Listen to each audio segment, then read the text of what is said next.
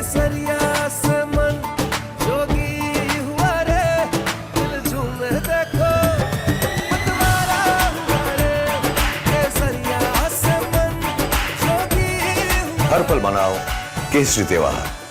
विमल, बोलो जुबान केसरी।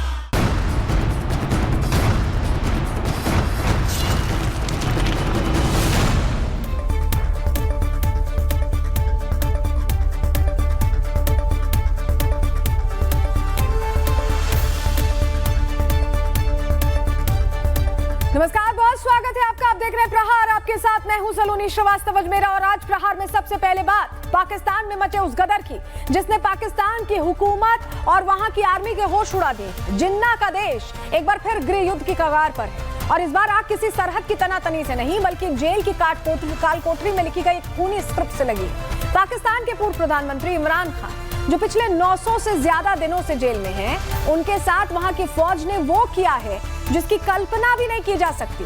खबर यह है कि जेल की तन्हाई में इमरान खान को अंधा बनाने की साजिश रची गई है। जिस कप्तान ने कभी वर्ल्ड कप जिताया था, आज उसकी एक आंख की रोशनी छीन ली गई है।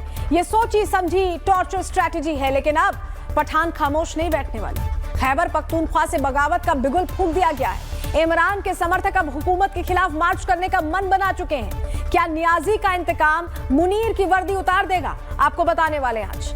दूसरी खबर उस जहरीले उन्माद की है जिसने देश की एकता के खिलाफ एक बार फिर बाबरी नाम का जिन्न बाहर निकाल दिया। उत्तर प्रदेश से लेकर पश्चिम बंगाल तक कट्टरता का एक ऐसा नया सिंडिकेट खड़ा किया जा रहा है जिसका सीधा मकसद हिंदुस्तान के अमन चैन में आग लगाना है। यूपी में बैठकर शौकत अली जैसे नेता सरकार की शक्ति को ललकार रहे हैं। कह रहे हैं कि वो न सिर्फ बाबर बल्कि औरंगजेब के नाम पर भी इबादतगाहें बनाएंगे। वहीं बंगाल के मुर्शिदाबाद में बाबरी यात्रा के नाम पर मजहबी गोलाबंदी की जा रही है।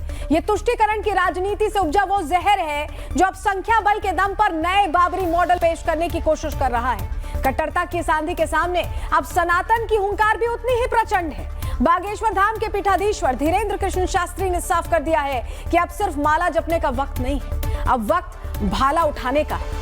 यानी अगर मजहब के नाम पर बाबर की विरासत थोपने की कोशिश होगी तो उसका जवाब भी उसी आक्रामकता से दिया जाएगा। सुनाएंगे आपको उन्होंने क्या कहा है। तीसरी खबर दुनिया के उस सबसे रहस्यमयी और खतरनाक देश की जहां से आई एक खबर ने महाशक्तियों के माथे पर पसीना ला दिया है। उत्तर कोरिया, एक ऐसा देश जहां तानाशाह की मर्जी ही कानून है, वहां अब सत्ता के सिंहासन पर बैठने वाले चेहरे के बदलने की तैयारी शुरू हो चुकी है। परमाणु हथियारों के ढेर पर बैठे इस देश की कमान अब एक नन्ही जान के हाथों में जाने वाली है। किम जोंग उन ने अपना उत्तराधिकारी चुन लिया और ये कोई मंझा हुआ जनरल नहीं है बल्कि महज 14 साल की एक लड़की है। किम जुए, 14 साल की एक लड़की जिसे दुनिया की हवा तक नहीं लगी, जिसे घर में ही कट्टरता की ट्रेनिंग दी गई, जिसके नाम पर पूरे देश में दूसरे लोगों के नाम बदलवा दिए गए। अब उसके हाथ में न्यूक्लियर बटन होगा तो दुनिया कितनी सुरक्षित होगी। किम की नई करामात के बारे में भी पूरी डिटेल आपको देने वाले, लेकिन चलिए सबसे पहले बात पाकिस्तान की कर रहे हैं जहां इमरान के समर्थकों ने डेथ मार्च कर मुनीर की वर्दी उतारने का प्लान एक्टिव कर दिया है।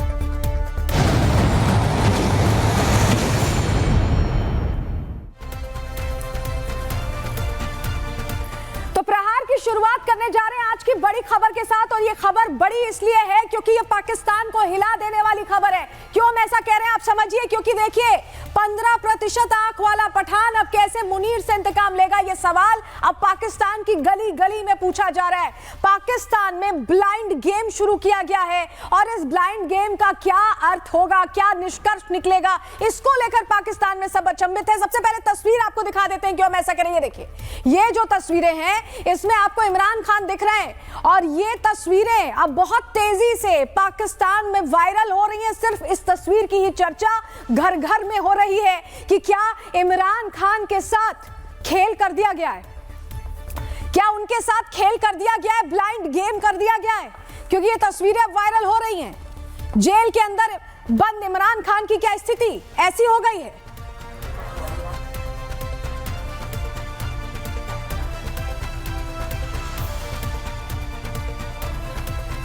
तो ये जो तस्वीरें आप देख रहे हैं, ये तस्वीरें वायरल हो रही हैं पूरे पाकिस्तान में, इसी की चर्चा हो रही है।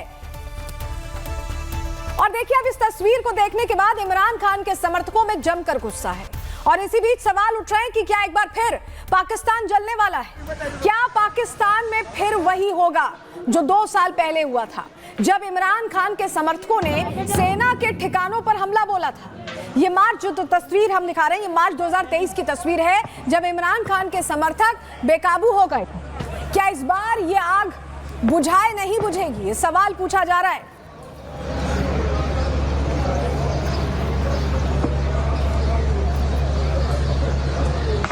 और समझिए, इसका सबसे बड़ा संकेत खुद इमरान खान के राइट हैंड और खैबर पख्तूनख्वा के मुख्यमंत्री सोहेल अफरीदी ने दिया है, जहां उनका कहना है कि अब लोग सड़कों पर उतरेंगे तो हमारी पुलिस भी उनका साथ देगी। आपका मुल्क दिवालिया तकरीबन कर चुका है, लेकिन आपकी इंटरेस्ट देखें, आप इमरान खान साहब की आंख के पीछे लगे हुए हैं, आप इमरान खान साहब के जान के पीछे लगे हुए हैं, आपको पाकिस्तान की कोई फिक्र ही नहीं है। लेकिन पाकिस्तानी अभी हाथ पर हाथ धरे नहीं बैठ सकते। अभी पाकिस्तानियों को कोई भी नहीं रोक सकता। पाकिस्तानियों को, पाकिस्तान तहरीक इंसाफ के वर्कर्स को हम भी नहीं रोक सकते, क्योंकि ये इमरान खान साहब की जिंदगी का मसला है। पाकिस्तान के सबसे बड़ी सियासी जमात के लीडर के जिंदगी का मसला है और इस पर अवाम चुप नहीं बैठेगी। अगर फर्ज करें खैबर पख्तूनख्वा की अवाम निकलती है और वो खैबर पख्तूनख्वा को बंद करती है, तो इसमें मेरी पुलिस उनको रोकेगी नहीं, क्योंकि वो अपना हक मांग रही है। उसमें जो है हुकूमती जितने भी इदारे हैं सूबाई हुकूमत के, वो इनके रास्ते में नहीं आएंगे। वो अपना हक इस्तेमाल करेगी जो आईन और कानून उनको देता है पुरअमन एहतजाज का। सुहेल अफरीदी को सुना आपने, वो कह रहे हैं कि इमरान खान के लिए सड़कों पर उतरेंगे और फिर क्या करेंगे, बताते हैं आपको। इमरान खान 922 दिनों से जेल में बंद है। मुल्ला मुनीर के निशाने पर है इमरान, और जेल में इमरान को निपटाने का प्लान बनाया जा रहा है। इमरान की बहनों ने यह प्लान फेल किया। कोर्ट के आदेश पर इमरान से उन्होंने मुलाकात की और अब मुनीर ने अपनी स्ट्रैटेजी बदल दी है। इमरान को जेल में अंधा बनाने की कोशिश की गई है, लेकिन इमरान समर्थकों की जानकारी इसकी लग चुकी है और इमरान समर्थकों ने कहा है कि वो अब चुप नहीं बैठेंगे। इमरान की पार्टी के मुख्यमंत्री सोहेल का बयान आया है। सोहेल अफरीदी ने कहा कि जनता सड़कों पर उतरेगी। खैबर पख्तूनख्वा के मुख्यमंत्री और जनता के सड़कों पर उतरने की बात कर रहे हैं। सोहेल बोल रहे हैं कि प्रदर्शनकारियों को पुलिस नहीं रोकेगी। सोहेल अफरीदी का कहना है, खैबर पख्तूनख्वा के मुख्यमंत्री का, कि बड़ी संख्या में लोग पहुंचेंगे, मतलब खैबर से जो भीड़ निकलेगी वो रावलपिंडी पहुंचेगी और इस बार सीधा निशाना मुल्ला मुनीर होगा। खबर बाहर आते ही शहबाज शरीफ की पुलिस इमरान खान को अस्पताल लेकर पहुंच गई, लेकिन तब तक शायद बहुत देर हो गई। हम ऐसा क्यों कह रहे हैं आगे आपको बताएंगे, लेकिन उससे पहले पाकिस्तान के पूर्व प्रधानमंत्री को किस तरह रातों रात जेल से अस्पताल ले जाया जा रहा है, तस्वीरें हम आपको फुल फ्रेम दिखाते हैं।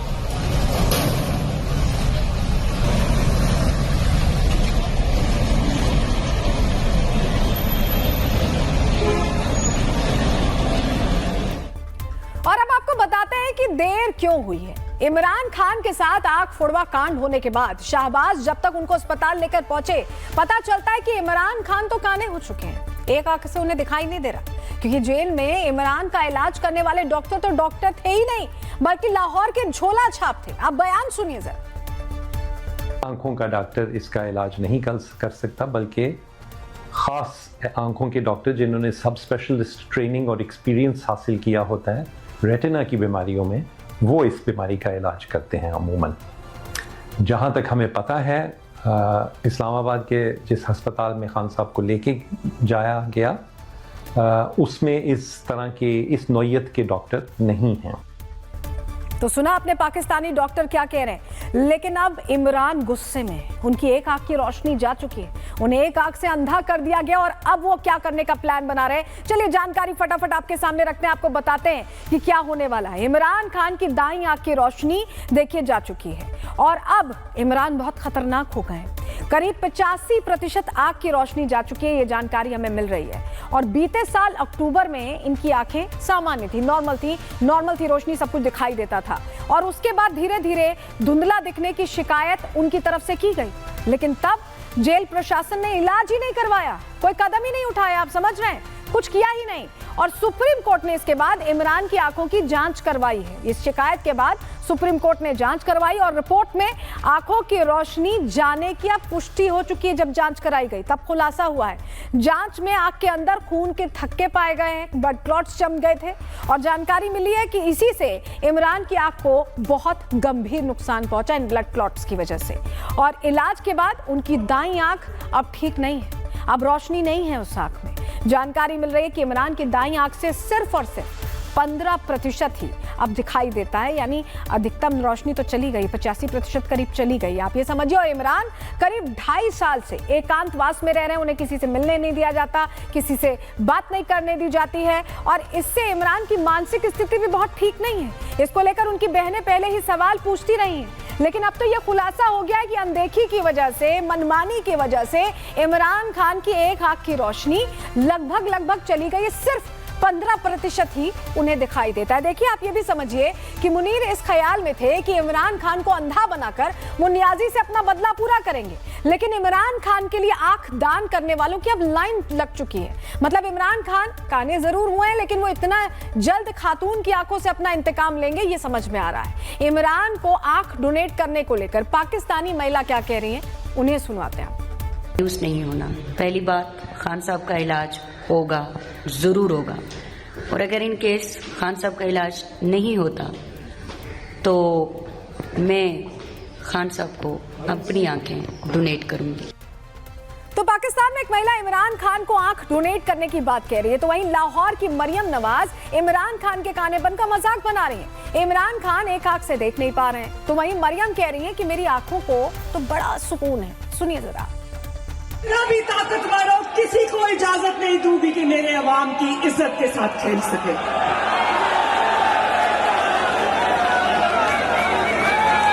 और मियां वाली वालों, एक बहुत प्यारा ऐलान करने आई हूं, सुनना चाहते हो? अगले हफ्ते मेरे पास तकरीबन पंजाब में कोई 3 लाख एकड़ हुकूमत पंजाब की ज़रई जमीन है। वो 3 लाख एकड़ 5-5 एकड़ के टुकड़े करके मरियम नवाज शरीफ उन खानदानों को बिल्कुल मुफ्त देने लगी है जिनके पास रोजगार का सरिया नहीं है। देखिए, इमरान के कानेपन पर मरियम कैसे तंज कस रही हैं, ग्राफिक्स के जरिए हम आपको बताते हैं, थोड़ी जानकारी आपके सामने रखते हैं। पाकिस्तान के मियावली में मरियम की रैली थी, जिसकी तस्वीर अभी हम आपको दिखा रहे थे, और रैली में मरियम ने कहा कि किसी को छोड़ूंगी नहीं। मरियम कह रही है कि कोई इज्जत से खेल नहीं सकता है, जो आवाम के साथ गलत करेगा उसे सबक मिलेगा। ये बात मरियम कहती सुनाई दी है। इस बयान का वीडियो मरियम ने एक्स पर, ट्विटर पर पोस्ट किया है और मरियम ने पोस्ट के कैप्शन में लिखा है कि आंखों को सुकून मिला। इस पोस्ट को देखने के बाद लोगों ने आरोप लगाया कि मरियम नवाज क्या इमरान खान पर तंज कस रही हैं। मरियम नवाज शहबाज शरीफ की भतीजी हैं, ये हम जानते हैं, और इमरान और शहबाज ने इमरान का यह हाल किया। मतलब अब इमरान के निशाने पर मरियम भी हैं क्या, ये सवाल है। इमरान घर जेल से छूट चुके हैं, तो मरियम पर क्या खतरा बढ़ जाएगा अगर जेल से छूटते हैं तो ये तमाम सवाल हैं जो अभी पाकिस्तान में चल रहे हैं। लेकिन आज सबसे बड़ा सवाल तो यह है कि डेमोक्रेसी के नाम पर ड्रामा करने वाला यह पाकिस्तान कब तक हकीकत छिपाएगा।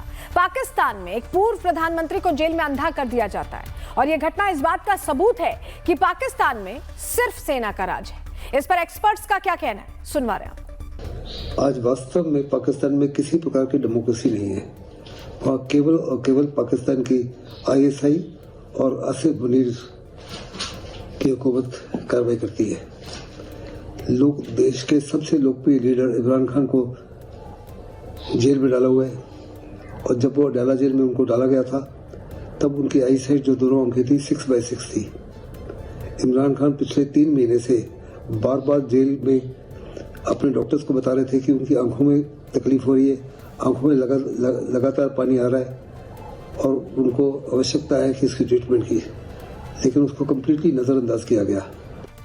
देखिए, पाकिस्तान में सिर्फ सेना का राज है और जो इसके खिलाफ बोलता है उस पर मुल्ला मुनीर तानाशाही के बम बरसा देता है। लेकिन पाकिस्तान ने कह दिया है कि अब और नहीं। बलूचिस्तान के लोगों ने तो मुल्ला मुनीर के खात्मे का प्लान ही रेडी कर दिया है। BLA के लड़ाकों ने कहर यूनिट खड़ी कर दी है, जिसके बाद मुनीर की मौत आसमान से टपकेगी, क्योंकि यह हमला हथियार से नहीं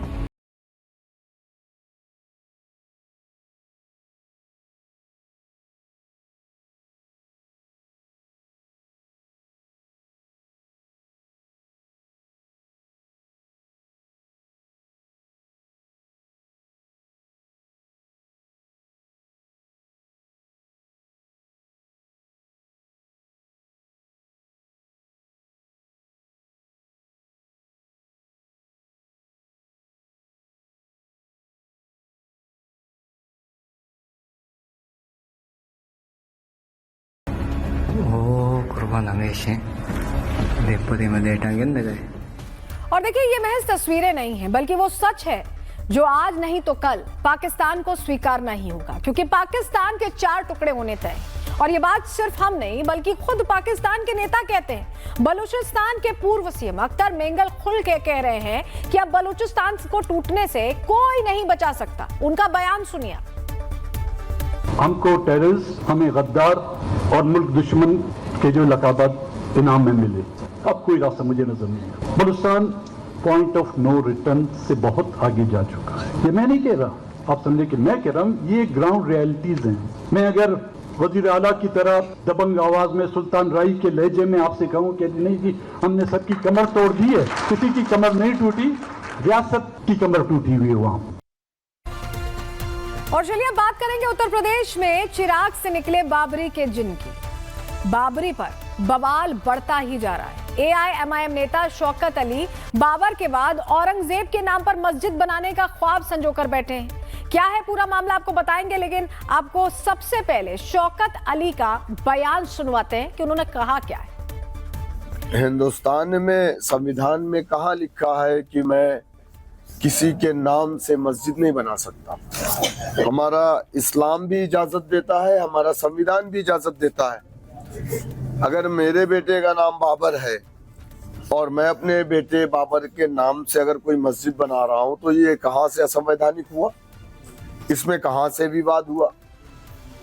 अगर मेरे बेटे का नाम औरंगजेब है, मेरे बेटे का नाम तैमूर है, मेरे बेटे का नाम अलाउद्दीन है, तो इसमें कहां से विवाद हुआ। तो शौकत अली को सुना आपने, लेकिन ये पहली बार नहीं है जो उन्होंने इस तरह का ऊल जलूल बयान दिया हो। इनका ट्रैक रिकॉर्ड पुराना है। शौकत अली कौन है, आपको ग्राफिक्स के जरिए इनके बारे में भी थोड़ी जानकारी दे देते हैं।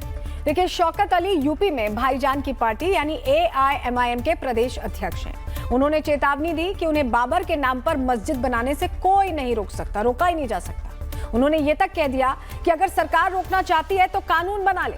यानी शौकत अली खुलेआम सरकार को चैलेंज दे रहे हैं कि वो बाबर क्या औरंगजेब के नाम पर भी मस्जिद बना सकते हैं। इससे पहले शौकत अली ने ही मुसलमानों को 2 दर्जन बच्चे पैदा करने की सलाह दी थी। उनका मानना है कि जितने ज्यादा बच्चे होंगे मुसलमानों का दबदबा उतना ही बढ़ेगा।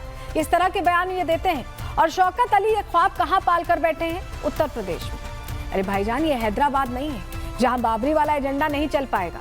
ये बात सीएम योगी आदित्यनाथ ने पहले ही बहुत पहले क्लियर कर दी थी, कई बार कर चुके हैं। अगर शौकत साहब भूल गए हो तो हम फिर से सुनवाकर उन्हें जरा याद दिला देते हैं। हम लोगों ने कहा था ना कि रामलला हम आएंगे, मंदिर वहीं बन गया ना, मंदिर अयोध्या में। कोई संदेह है?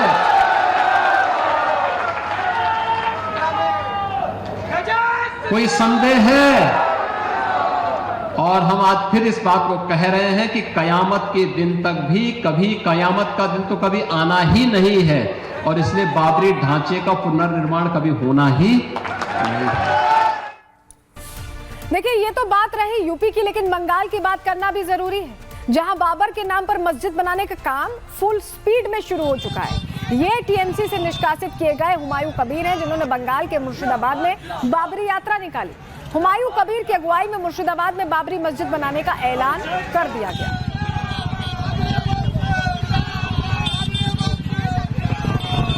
और अब अगली तस्वीर आपको दिखा रहे हैं, इस तस्वीर को देखिए। मुर्शिदाबाद में मुसलमान ईंट जुटा रहे हैं।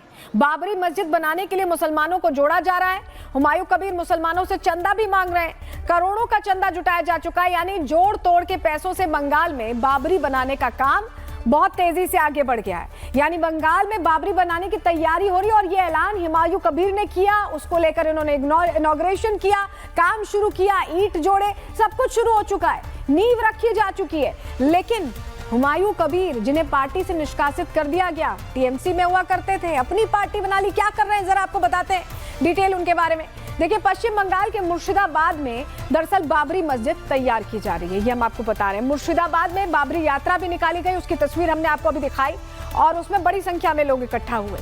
मुसलमानों से बाबरी मस्जिद के लिए हुमायूं कबीर ने चंदे की मांग की थी, और बड़े पैमाने पर चंदा आया भी है। मुर्शिदाबाद में बाबर के नाम पर इस मस्जिद का निर्माण किया जा रहा है, और मुस्लिम आबादी ज्यादा होने का दावा है मुर्शिदाबाद में, और यही वजह है कि ये तुष्टीकरण की राजनीति वाला फॉर्मूला हुमायूं कबीर अपना रहे। आबादी के दम पर बाबरी बनाने का प्लान हुमायूं कबीर ने सामने रखा।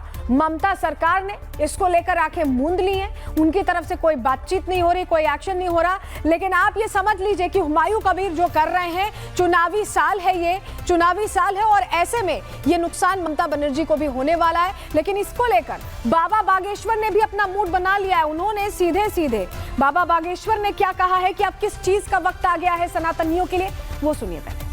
आत्मरक्षा भारत के संविधान का अधिकार है, बहुत आवश्यक। आत्मरक्षा, जूडो, कराटो, तीरंदाजी, तलवारबाजी, ये सिखाओ, आना चाहिए, सबको आना चाहिए। मुसीबत के लिए ये काम आएगा, क्योंकि हम केवल सीताराम सीताराम सीताराम सीताराम, इससे भर धर्म नहीं बचेगा। सीताराम सीताराम से धर्म, ये तो भजन है, भजन करो, मठ में बैठकर आनंद लो। लेकिन यदि हिंदुत्व को बचाना है तो मठ से बाहर निकलना पड़ेगा, माला और भाला रखना पड़ेगा। तो भाला उठाने को कह रहे हैं धीरेन्द्र कृष्ण शास्त्री। और देखिए, इन चेतावनियों का असर है कि हुमायूं कबीर को डर लगने लगा है। हुमायूं कबीर ने सुरक्षा की मांग की है, उन्हें यह डर सता रहा है कि कहीं उनकी कोई जान ना ले ले। सुनिए हुमायूं कबीर को।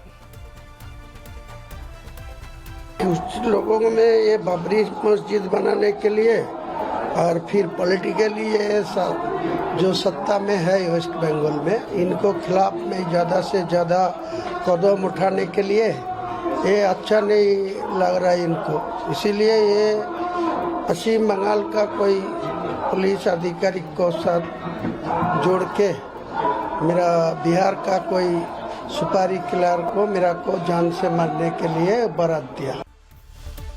तो हुमायूं कबीर को तो डर लग रहा है। लेकिन आपको बताएं, इससे पहले 14 फरवरी यानी कि वैलेंटाइंस डे को लेकर देश भर में बवाल मचा हुआ है। बजरंग दल समेत कई ऐसे हिंदूवादी संगठन हैं जिन्होंने इसका विरोध अब शुरू कर दिया, विरोध जताना शुरू कर दिया, क्योंकि वैलेंटाइंस डे की आड़ में धर्मांतरण का जाल भी बुना जा रहा था। कौन ये गंदी चाल चल रहा था आपको बताने वाले, लेकिन सबसे पहले जरा आपको तस्वीर दिखा देते हैं। तस्वीर आपके सामने रख रहे हैं, ये तस्वीर देखिए, ये यूपी के मुजफ्फरनगर की तस्वीरें हैं, जहां क्रांति सेना नाम के संगठन ने खुला ऐलान किया है कि वैलेंटाइंस डे के दिन अगर सार्वजनिक जगहों पर कोई अभद्रता करता पाया गया तो उसके खिलाफ एक्शन लिया जाएगा। सुनिए क्रांति सेना ने क्या चेतावनी दी। जहाँ मिलेंगे बंटी बबली तोड़ देंगे हड्डी पसली, जहाँ मिलेंगे बंटी बबली तोड़ देंगे हड्डी पसली। महिला मोर्चा जिंदाबाद, क्रांति सेना। और देखिए, कुछ ऐसी तस्वीरें मध्य प्रदेश के उज्जैन से भी देखने को मिली हैं, जहां नारसी मुंजी कॉलेज के अंदर वैलेंटाइंस डे के मौके पर एक कार्यक्रम की तैयारी की जा रही थी। लेकिन दावा है कि बजरंग दल के कार्यकर्ताओं ने वहां तोड़फोड़ की है। कॉलेज के गार्ड से धक्का मुक्की तक हुई, वो लोग वहां लाठी और डंडा लेकर पहुंचे थे। कैसे हंगामा मचा है जरा कॉलेज के अंदर, आप वो भी देख लीजिए।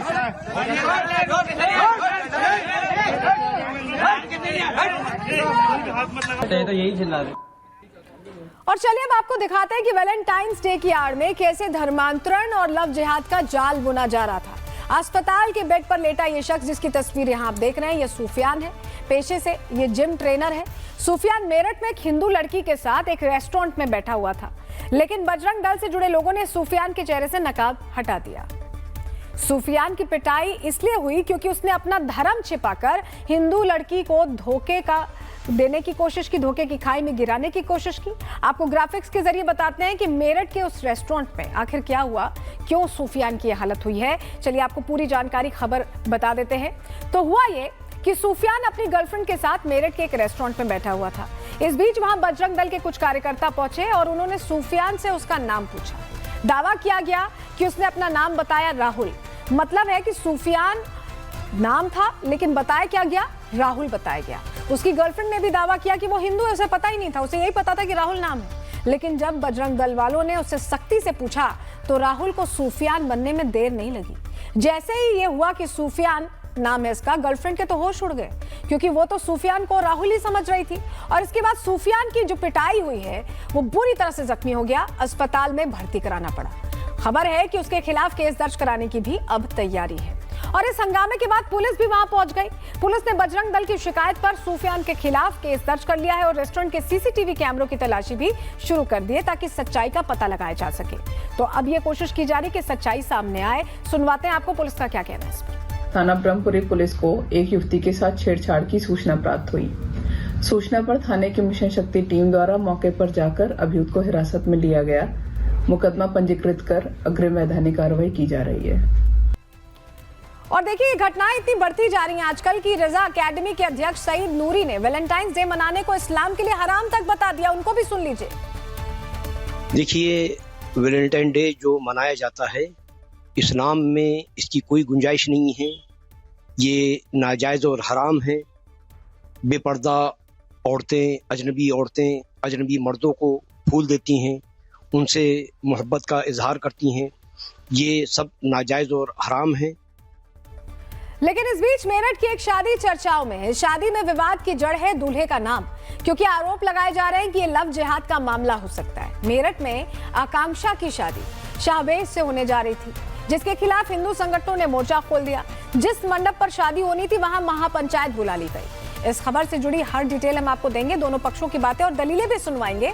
लेकिन सबसे पहले जरा आपको तस्वीर दिखा देते हैं। आप इस तस्वीर को देखिए। ये मेरठ का वही मंडप है जहां पर आकांक्षा और शाहबेज की शादी होने वाली थी। लेकिन अब यहां पर सन्नाटा पसरा हुआ है। पुलिस का पहरा है। सब कुछ इसलिए क्योंकि हिंदू संगठनों ने चेतावनी दी थी कि वो ये शादी नहीं होने देंगे। हालांकि दूसरी तरफ पुलिस का एक्शन भी जारी है। मेरठ पुलिस ने महापंचायत का ऐलान करने वाले अखिल भारतीय हिंदू सुरक्षा संगठन के राष्ट्रीय अध्यक्ष सचिन सिरोही को नजरबंद कर दिया है। उन्हें उनके ही घर में कैद कर दिया गया ताकि वो मंडप पर ना पहुंच पाए। उनसे बात करने के लिए रिपब्लिक भारत की टीम उनके घर भी पहुंची थी। सुनिए उन्होंने क्या कहा। सचिन सिरोही, राष्ट्रीय अध्यक्ष अखिल भारतीय हिंदू सुरक्षा संगठन मेरठ से। मैं ये पूछना चाह रहा हूँ प्रदेश के मुख्यमंत्री जी आपसे कि इस तरीके से हिंदू की सरकार है, आप हिंदुत्व के इस देश में, मुझे तो लगता नहीं आपसे बढ़कर कोई है जो हिंदुत्व के काम जिसने आज तक किए और इतना बढ़िया शासन लॉ एंड ऑर्डर है आपका। तो आप बताइए, यहाँ खुलेआम यहाँ पे जो है कि हिंदू लड़की मुस्लिम लड़के के साथ लव जिहाद में फंसकर वो शादी कर रही थी। अब उसको हम होने दें, उस शादी को हम होने दें और ये और बच्चों से कहें कि जैसे बेटी आकांक्षा कर रही है वैसी तुम लोगों को भी करनी है। मैं अपनी बच्ची को भी यही समझाऊं, मैं सारी बच्ची को, हिंदू को ये कहूं कि आप अपनी बच्चियों को खुलेआम मंडपों में शादी कराओ, अन्य धर्म में भेजो, मुस्लिम धर्म में भेजो, क्योंकि हमारी बच्चियां पैदा इसलिए हुई हैं कि हम जिहाद में उन बच्चियों को सौंप दें। हालांकि सिरोही के नजरबंद होने के बावजूद उनके कार्यकर्ताओं का जोश ठंडा नहीं पड़ा। अखिल भारतीय हिंदू सुरक्षा संघ के कार्यकर्ता मेरठ में मुस्तैद हैं और ये चेतावनी दे रहे हैं कि चाहे जो भी हो, वो आकांक्षा और शाहबेज की शादी होने नहीं देंगे और ना ही उन्हें महापंचायत करने से कोई रोक पाएगा। उनको भी सुन लीजिए। ये महापंचायत होगी, बहुत बड़ी पंचायत होगी। ये लव जिहाद से हमारी बेटियों को बचाने के लिए करी गई है और हमारा कोई भी आज के बाद कोई मुसलमान हमारी बेटी पे ऐसा डोरे डालकर ऐसा कुछ भी वो कर उसे लव जिहाद में फंसाए और उससे शादी करे, ऐसा हम आगे नहीं होने देंगे। और ये एक हम मैसेज देना चाहते हैं, ये मैसेज हमारा जाएगा आगे से। कोई भी मंडप का जो है मालिक भी ऐसे जो है 2 कार्ड के नाम पे, जो एक पे सावेज राणा और एक पे साहिल लिखा हुआ है, इस नाम के उससे गुमराह करके जो मंडप करा गया है, ऐसे हम कभी भी मंडप भी नहीं होने देंगे। और मंडप के अगर कार्यकर्ता या मैनेजर उसको वो करते हैं बुक। चलिए, आपको सिलसिलेवार ढंग से बताते हैं कि आखिर एक शादी की वजह से मेरठ में इतना बवाल क्यों मचा है। जानकारी आपके सामने रख रहे हैं डिटेल में। देखिए, मेरठ में आकांक्षा और शाहबेज की शादी होनी थी। दोनों की शादी के कार्ड छप गए थे।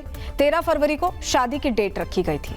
शाहबेज के घर वालों ने जो कार्ड प्रिंट कराए उसमें दूल्हे का नाम शाहबेज राणा लिखा, जबकि आकांक्षा की तरफ के कार्ड में दूल्हे का नाम साहिल लिखा गया। अलग अलग नामों को लेकर मेरठ में हंगामा हो गया। हिंदू संगठनों ने इसे लव जिहाद का मुद्दा बताते हुए महापंचायत बुला ली। आकांक्षा के चाचा ने भी दावा किया कि ये लव जिहाद का ही मामला है और इसी वजह से 13 फरवरी यानी आज होने वाली शादी कैंसिल हो गई। जिस मंडप पर शादी होनी थी वहां हिंदू संगठनों ने ऐसे ही, जैसे तस्वीर में देख रहे हैं, ऐसे ही महापंचायत बैठा दी और इस महापंचायत में यति नरसिम्हानंद सहित हिंदू संगठन के लोग शामिल हुए। मेरठ पुलिस हंगामे को देखते हुए अलर्ट मोड पर आ गई और मंडप के आसपास के इलाके में भारी सुरक्षा बलों की तैनाती कर दी गई। तो ये तो पूरी जानकारी थी। हालांकि इन आरोपों पर आकांक्षा का क्या कहना है, चलिए वो भी आपको सुनवाते हैं। आकांक्षा ने दावा किया है कि वो शाहबेज और साहिल को पिछले 6 साल से जानती है और उनके परिवार को इस रिश्ते से कोई आपत्ति नहीं है। आकांक्षा का कहना यह भी है कि साहिल उनके लिए बौद्ध धर्म अपनाने को भी तैयार है। सुनिए आकांक्षा ने इन आरोपों के बीच क्या कहा। तो कितनी हिंदू बहन बेटियों के संग कितना अत्याचार हो रहा है, उस पर क्यों नहीं बोलता। अंकित दमनदारी केस को देख लीजिए आप, ये उस पर क्यों नहीं खड़े। क्या वो हमारे देश की बेटी नहीं थी और ये लोग बताएंगे मेरे को मुझे किससे शादी करनी है। मैं ऐसे लोगों से सर यही बोलना चाहती हूँ कि ये मानसिकता खत्म होनी चाहिए। लोगों ने सर देश को सिर्फ हिंदू मुस्लिम के नाम पे बांट कर रख दिया और ये कुछ भी नहीं है, ये एक राजनीति है जिसमें लोग खेल रहे हैं। तो मेरठ में मंडप पर महापंचायत तो नहीं हो सकेगी, क्योंकि लखनऊ से पूरा होल्ड बाबा ने संभाल रखा है और कट्टरपंथियों पर भी बाबा धावा बोलने के लिए तैयार है, क्योंकि ब्रह्मोस अब बाबा के पास आ चुका है। लेकिन इस बात से अखिलेश यादव को क्या समस्या है? तस्वीर हम आपको सबसे पहले दिखाते हैं। दरअसल जहां सीएम योगी ने ब्रह्मोस के साथ अपनी तस्वीर को सोशल मीडिया वॉल पर लगाया है, तो वहीं अखिलेश किस तरह सीएम योगी पर सवाल दाग रहे हैं, ये उनका पोस्ट हम आपको यहां पर दिखा रहे हैं। आप इस पोस्ट को देखिए और इसमें लिखा हुआ है कि अब क्या बुलडोजर की जगह ब्रह्मोस भेजेंगे? दिल्ली लखनऊ की लड़ाई कुछ ज्यादा ही आगे बढ़ गई है क्या? ये अपना अलग एंगल अखिलेश लेकर आए। अखिलेश तो देखिए योगी पर सवाल दाग रहे हैं, लेकिन योगी के प्रदेश में माफिया किस तरह ढेर हो रहे हैं, ये तस्वीर भी आपको देखनी चाहिए। जहां बाराबंकी में मुख्तार का शूटर ढेर हो चुका है। मुख्तार का शूटर था शोएब उर्फ बॉबी, जिसकी आज लाश मिली है, वो तस्वीर भी हम आपको दिखा रहे हैं।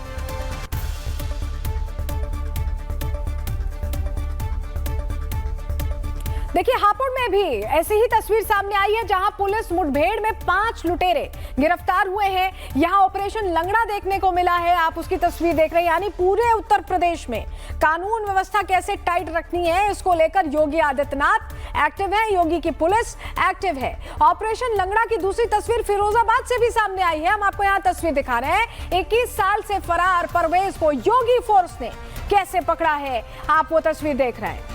तो बाराबंकी हो, हापुड़ हो या फिरोजाबाद हो, हर जगह इस तरह की तस्वीर आ रही है सामने, क्योंकि ये तस्वीरें अलग अलग कहानी कह रही हैं कि उत्तर प्रदेश में क्या चल रहा है। लेकिन एक तरफ उत्तर प्रदेश में योगी फोर्स की बंदूक चल रही है, तो वहीं पुर्तगाल में लॉरेंस को एक गुर्गा, कैसे लॉरेंस का एक गुर्गा खुलेआम फायरिंग करते देखा गया है, उसकी तस्वीर भी हम आपको दिखा रहे हैं। ये 2 तस्वीरें आप जो देख रहे हैं, इनकी कहानी आगे क्या है हम आपको बताने वाले हैं, क्योंकि ये खबर बता रही है कि लॉरेंस गैंग फिर से एक्टिव होने की कोशिश कर रहा है।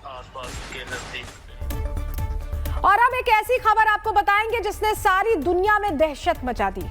उत्तर कोरिया का सनकी तानाशाह किम जोंग उन अपनी 13 साल की बेटी के हाथ में परमाणु बम का बटन थमाने जा रहा है। खबर है कि किम जोंग उन अपनी बेटी को उत्तर कोरिया की गद्दी सौंप सकता है। क्या है पूरा मामला आपको बताएंगे, लेकिन सबसे पहले आपको ये तस्वीर दिखाते हैं। ये तस्वीरें पुरानी हैं, लेकिन ये पुख्ता आहट थी इस बात की कि उत्तर कोरिया की नई शासक किम जोंग उन की बेटी ही होगी। ये पिछले साल सितंबर की तस्वीर है, जब किम जोंग उन अपनी बेटी को लेकर चीन के दौरे पर गए थे और तभी से ये अटकलें लगाई जाने लगी थी कि उत्तर कोरिया की अगली शासक किम जोंग उन की बेटी ही होगी।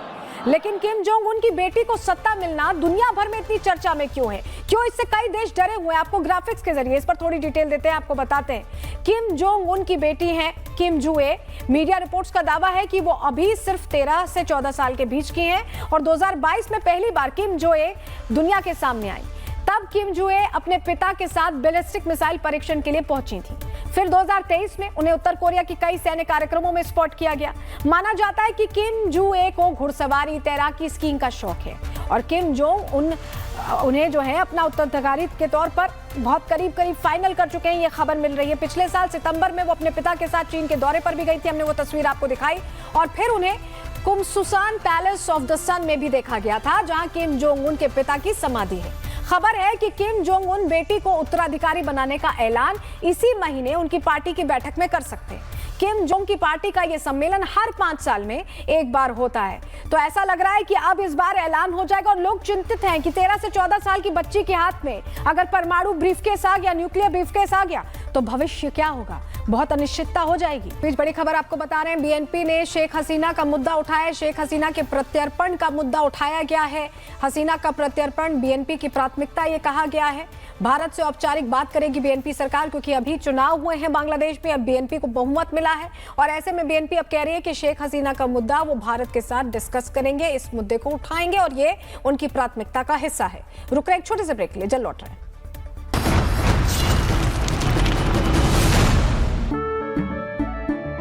केसरिया से मन जोगी हुआ रे, दिल झूमे देखो मतवारा हुआ रे। केसरिया से मन जोगी हुआ। हर पल मनाओ केसरी त्योहार। विमल, बोलो जुबान केसरी।